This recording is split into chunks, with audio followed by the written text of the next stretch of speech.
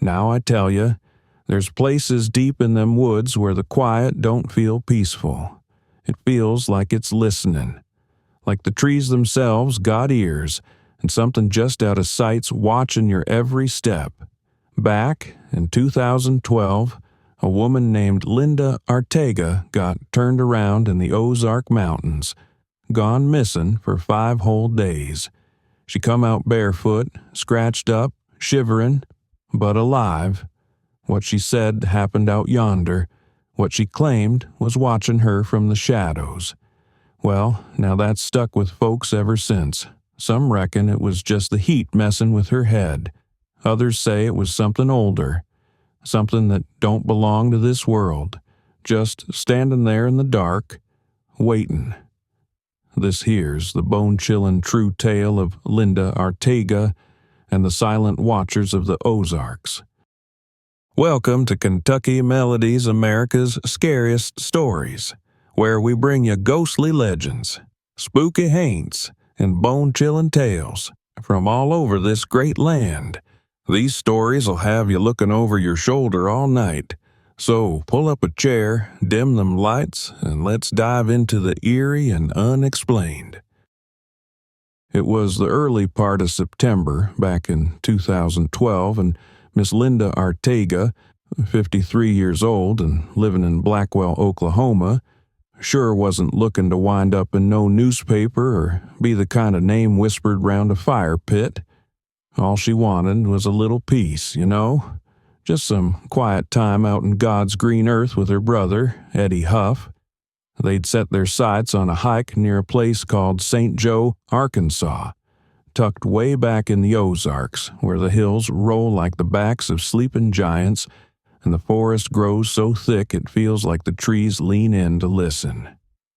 Now, them Ozark Mountains, they ain't like your local park with clear signs and neatly trimmed paths. Nah, this here's deep country, rough land full of gullies and drop-offs, old animal trails that fool you, and hollers that echo your own voice back at you like the woods is trying to mock you. The ridges twist and turn, and the hollers run so deep you'd swear they got no bottom. Folks have gone missing out there before, and more than a few of them, well, they just never did come back. Linda and Eddie weren't no strangers to the outdoors. They'd spent time in nature before, sure, but they weren't trained survivalists neither. They'd figured they'd take a stroll down one of them trails, breathe in some of that crisp mountain air, maybe be back in time to catch supper. Just a simple little adventure between kin. But the thing about them mountains is, they don't much care what you planned. Out there, all it takes is one wrong step, one turn down the wrong deer trail, one moment of thinking you know better than the trees, and before you know it, the forest just closes in, swallows you up like you was never there. And that's just what happened to Linda and Eddie. By the time the sun had started leaning low in the sky, Linda and Eddie come to the quiet realization that they was off trail. Good and lost, in fact. Every direction they looked it was just trees and more trees, thick as thieves and standing shoulder to shoulder like they was hiding something. There weren't no signs, no blazons on the trees, no worn path to follow. It was like the woods had folded in on itself, swallowed the trail whole and left nothing behind but shadows and silence. They kept on walking, hoping maybe they'd make a loop back around to something familiar. But that forest, it played tricks. Every tree looked like the one before it. The ridges all sloped the wrong way. No matter which way they turned, it felt like they was being gently pushed deeper in. Not by hands, mind you, but by the woods itself. Then the sun dropped behind them hills like it was in a hurry, and with it went any sense of direction they had left. The light faded fast out there, faster than it does in town, and pretty soon they was standing in that dusky dark with the kind of stillness that presses on your ears. That first night, they had no choice but to hunker down on the bare ground, wrapped in nothing but their own clothes and uncertainty. It got cold, the kind of cold that creeps in through your boots and settles in your bones. No tent, no fire, no flashlight, just the sound of the crickets cutting off all at once now and then, like something was passing through the trees nearby. They weren't just lost out there. They were alone, deep in a place that felt different than any woods they'd ever stepped in before, like the air was thicker, like the ground itself was watching, like something ancient had turned its gaze their way and didn't intend on looking away. Come the second day, after another long night of staring up at the black sky and wondering if they'd ever find their way out, Linda and Eddie figured they'd cover more ground if they split up a little. Not far, just enough to scan the hills and hollers for a trail, a creek, a worn path, anything that didn't look like the same tangled mess they'd been wandering through. That's when Linda started feeling it. Said the air changed on her, got heavier somehow, like it was harder to breathe, like the woods themselves were holding their breath. She was making her way around a bend in the ridge when she stopped dead in her tracks. There, standing in the trees just ahead, was a figure, tall and still, not moving, not saying a word, just standing there between the trunks like it belonged to the forest. At first, she figured it was a hiker, maybe even someone out looking for 'em, a ranger or a local, but something about it wasn't right. She hollered out, called for help, waved her arms, and it didn't move, didn't shift, didn't answer, didn't even twitch like it had heard her. Just stood there like it was carved out of the shadows. Then she noticed another one, standing a few trees off, and another a little ways past that, all of 'em spread out in a strange kind of pattern, like they was placed there. She said they wasn't solid folks, not exactly, just dark shapes, darker than the trees behind 'em, almost like they was made out of smoke or mist, but darker still. No face, no color, no detail, just watching. That stare went down her spine like ice water. She turned to yell for Eddie, but when she spun back around, they was gone, just the trees again, and that heavy, listening silence. Now, that same day, while Linda was seeing things that shouldn't have been there, Eddie had his own kind of strange spell come over him. He was making his way through a low hollow when he caught sight of something just up ahead, something that made his heart near jump out of his chest. There was a house sitting quiet in a little clearing, plain as day, with an old wooden porch sagging a bit to one side, and right there, rocking gentle on a swing, was Linda. She was smiling at him like nothing had ever gone wrong, just sitting there, peaceful as a Sunday morning. Eddie took off running, shouting her name, boots slapping the ground as fast as he could move. But the closer he got, the more things didn't feel right. And by the time he reached that clearing, there wasn't nothing there. No house, no swing, no Linda, just trees and shadows like the woods was playing some cruel trick on his mind. Later on, Eddie would say he must have been seeing things, likely from eating them bitter wild berries they'd found early on. Might have been poison in 'em, or something close to it. He was sure his sister had found her way out, and he convinced himself she was safe somewhere. So he kept wandering, thinking he was just trying to find a road. But Linda hadn't made it out. They'd gotten separated in all that thick timber, and only one of 'em had stumbled their way back. Eddie came out dazed, barely able to speak, worn down from thirst and confusion. Linda was still out there, and she'd remain missing for 3 more long days. After they pulled her out of them woods and got her some water and warmth, Linda finally started talking. Not all at once, mind you, but in bits and pieces. Mostly to her kin at first. And what she said chilled them deeper than the cold nights she'd spent out there.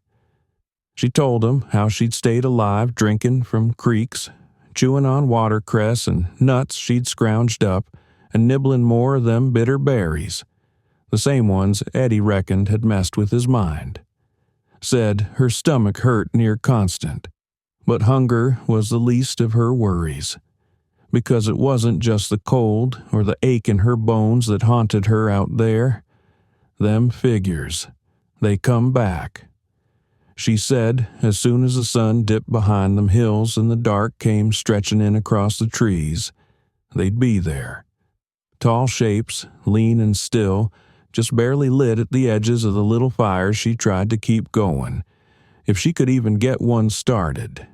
They never walked up, never said a word, just stood there, right where the shadows get thickest, like they was part of the trees themselves. Sometimes she'd feel 'em before she saw 'em, like a shift in the air, or a tingling on the back of her neck. She'd spin around quick, sure someone was there, but all she'd catch was movement slipping behind a trunk, always just out of reach. They didn't answer when she hollered, didn't move when she cried, didn't even flinch when she sang hymns loud into the night, begging for mercy or company or something to drown out the silence, but they stayed, night after night, watching, not like a person watching another person. No. Linda said it felt more like the woods themselves had eyes, and those things were just the shape the forest took when it decided to look back. And no matter what she did, they never left. On the 5th day, just when hope was starting to wear thin, search crews spotted her. Linda was found not much more than 2 miles from where she and Eddie had first stepped off the trail. 2 miles. After all that, she'd been wandering in a slow circle, trapped in the woods like they'd built walls round her she couldn't see. She was barefoot, feet cut up from briars and sharp rock. Her skin was red and raw from the sun, arms covered in scratches like she'd clawed her way through thickets. But all told, she was in better shape than anyone expected. No broken bones, no frostbite, just worn down and quiet. And that's what struck folks most. She wasn't screaming or crying when they found her, wasn't panicked, wasn't even asking for much, just water and a moment to sit. Said she was grateful, said she'd prayed every night, called on the Lord to keep her from being alone, and that somehow she knew she wasn't. But when it come to the rest of it, the shadows, the things that stood just out of reach, she didn't say much, not to the newspapers, not to the TV cameras, not even to most of the folks who asked. She'd shake her head, change the subject, or look off like she was watching something move in the trees behind you. Her family now, they heard more, enough to believe there was something out there with her. They've spoken up in bits here and there, saying she saw things no one should ever see, and that she came out changed somehow. But the whole truth, that's hers, and she ain't letting go of it. Now folks'll argue about what really happened to Linda. Maybe it was the berries. Maybe the heat and thirst twisted up her mind, made her see things that weren't there. That's what science might tell you. But if you sit a spell with the old-timers from round these parts, the ones who still remember the old ways, who've heard whispers passed down from their grandfolks, they'll tell you plain as day. There's places in them woods that don't take kindly to strangers, and if the forest don't want you there, it'll let you know. Might not speak a word, but it'll sure as hell watch. See, in the stories of the Cherokee, the Shawnee, and others who lived on this land long before any settler set foot here, there's talk of spirits that roam the forest. Some are guardians, keepers of balance, but others just watch. They don't chase, they don't guide, they don't offer no comfort.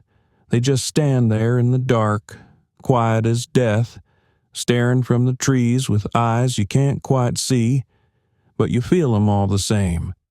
Folks call 'em the Watchers. Sometimes they show up to warn. Other times, no one ever figures out what they wanted, just that they were there. And Linda, she didn't come back talking about no wild man, no monster covered in hair, no fella lost in the woods like her. What she saw was something else, something older, something colder, and she ain't the first to see it, not by a long shot. Linda Arteaga made it out of them woods after 5 long, bone-cold days. Her body held up, battered but intact. But what she carried out in her mind and down in her soul, well, that part ain't so easy to mend. She went in with her brother. They walked the same trail, breathed the same air, heard the same night sounds, but only Linda saw them. Only she felt their eyes quiet and steady, pressing down on her from the dark. And maybe, just maybe, they're still out there, still standing silent at the edge of some lost traveler's sight, waiting for the sun to go down, waiting for the fear to set in, watching, always watching. Now, I gotta ask y'all something. What do you reckon Linda saw out there in them woods? You ever had a moment in the forest where the hairs on your neck stood up and you just knew something was watching? You believe in spirits, forest guardians, or maybe something older, something that don't take kindly to being seen? We want to hear it. Your stories, your thoughts, your theories. Drop us a comment down below, or send us a message over on the Kentucky Melody website or one of our socials. We love hearing from folks who've felt the woods looking back. If you enjoyed this story, hit that like button and share it with a friend who loves creepy forest tales. Don't forget to subscribe for more stories of the strange and unexplained. Until next time, keep your eyes open in them woods. You never know what's watching from the trees.